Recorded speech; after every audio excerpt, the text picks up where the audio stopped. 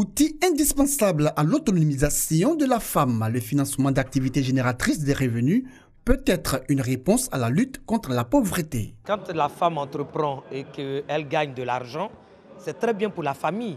Ça permet aux enfants de faire des études, ça permet au mari d'être un peu soulagé puisqu'il faut maintenant aujourd'hui beaucoup d'argent pour l'harmonie de la famille et puis aussi pour aider son entourage. Elles sont nombreuses cependant, ces femmes qui rencontrent au quotidien d'énormes difficultés pour le financement de leurs projets. Il faut dire que les banques aussi, les microfinances surtout, sont trop exigeantes. Ils vous demandent des avals, il y a trop de procédures.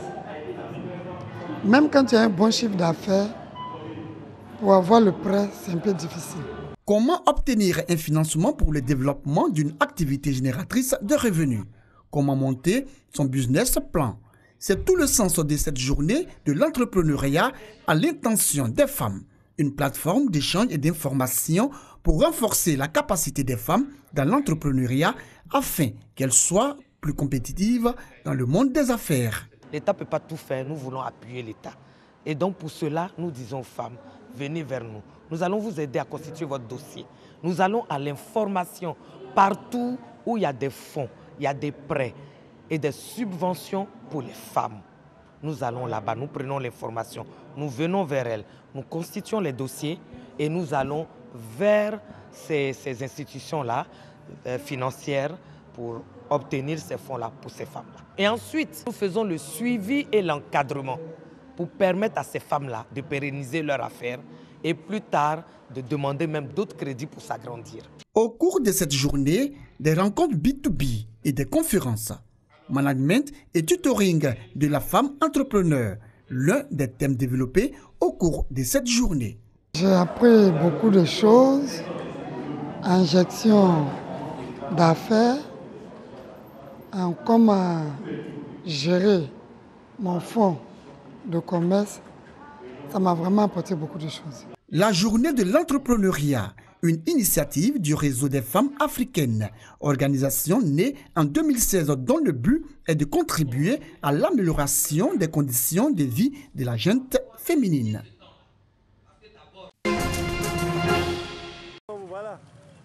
Plus d'une cinquantaine de personnes marchant à travers la ville de Bouaké. Elles répondent ainsi à l'appel du comité local d'intégrité pour célébrer la journée internationale de lutte contre la corruption.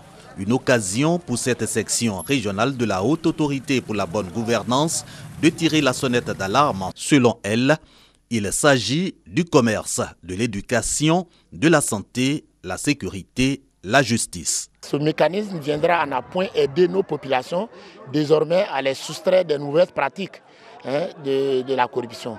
Et aussi faire en sorte que dans nos différents services, les acteurs de ces services-là se soustraient aussi de la corruption.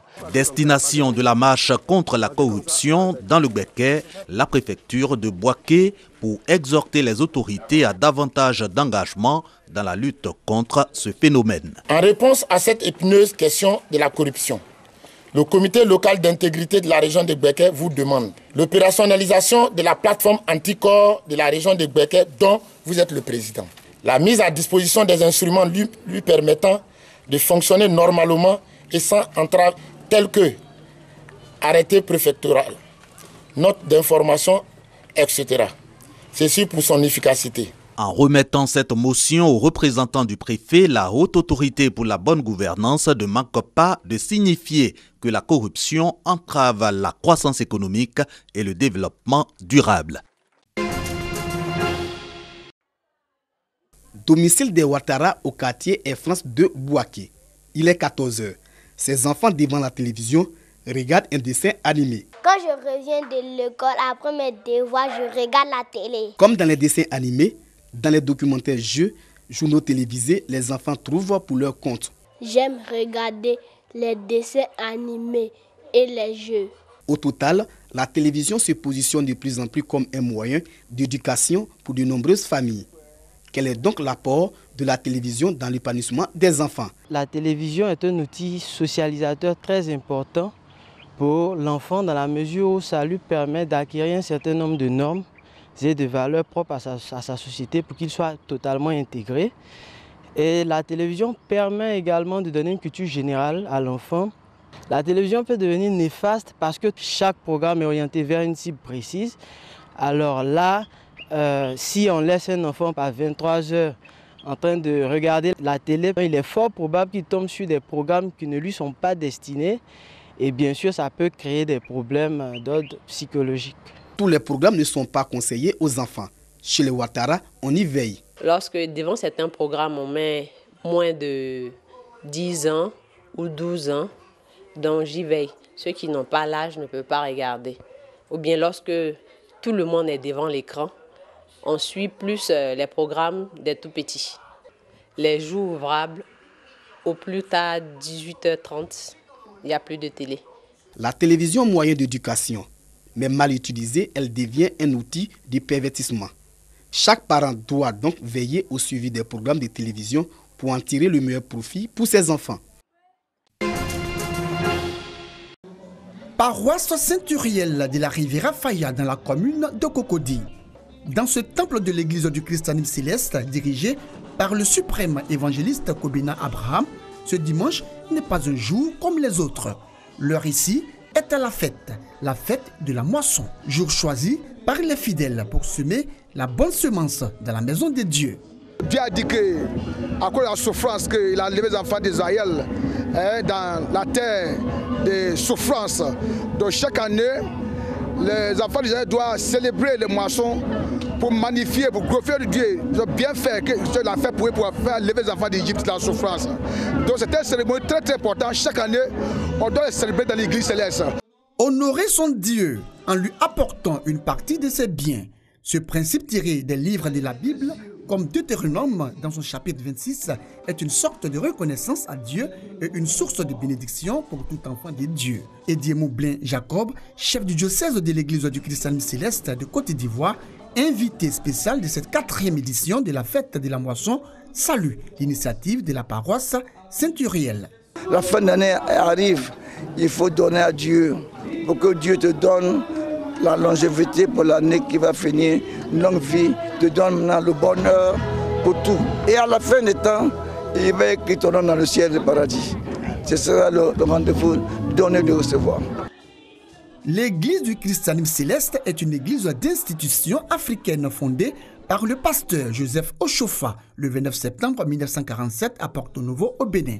Sa doctrine, basée sur la Bible, prône le salut et la paix.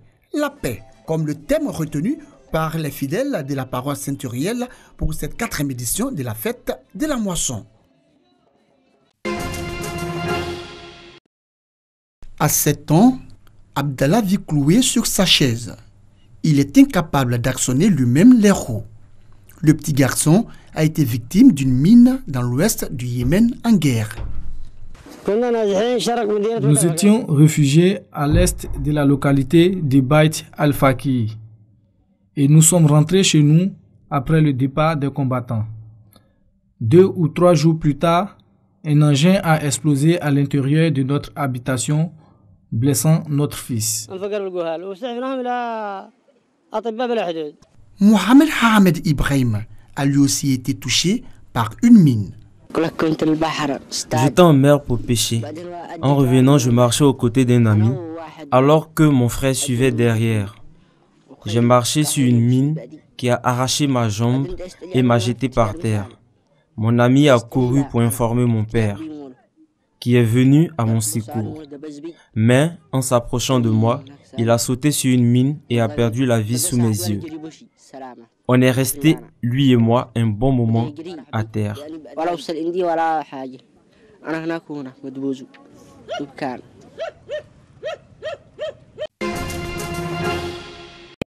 Paradise, un mois après, des habitants reviennent dans la ville californienne ravagée par l'incendie Camp Fire. C'est vraiment étrange. La maison de mon voisin là-bas n'a pas brûlé, mais celle de mon voisin Dave, si.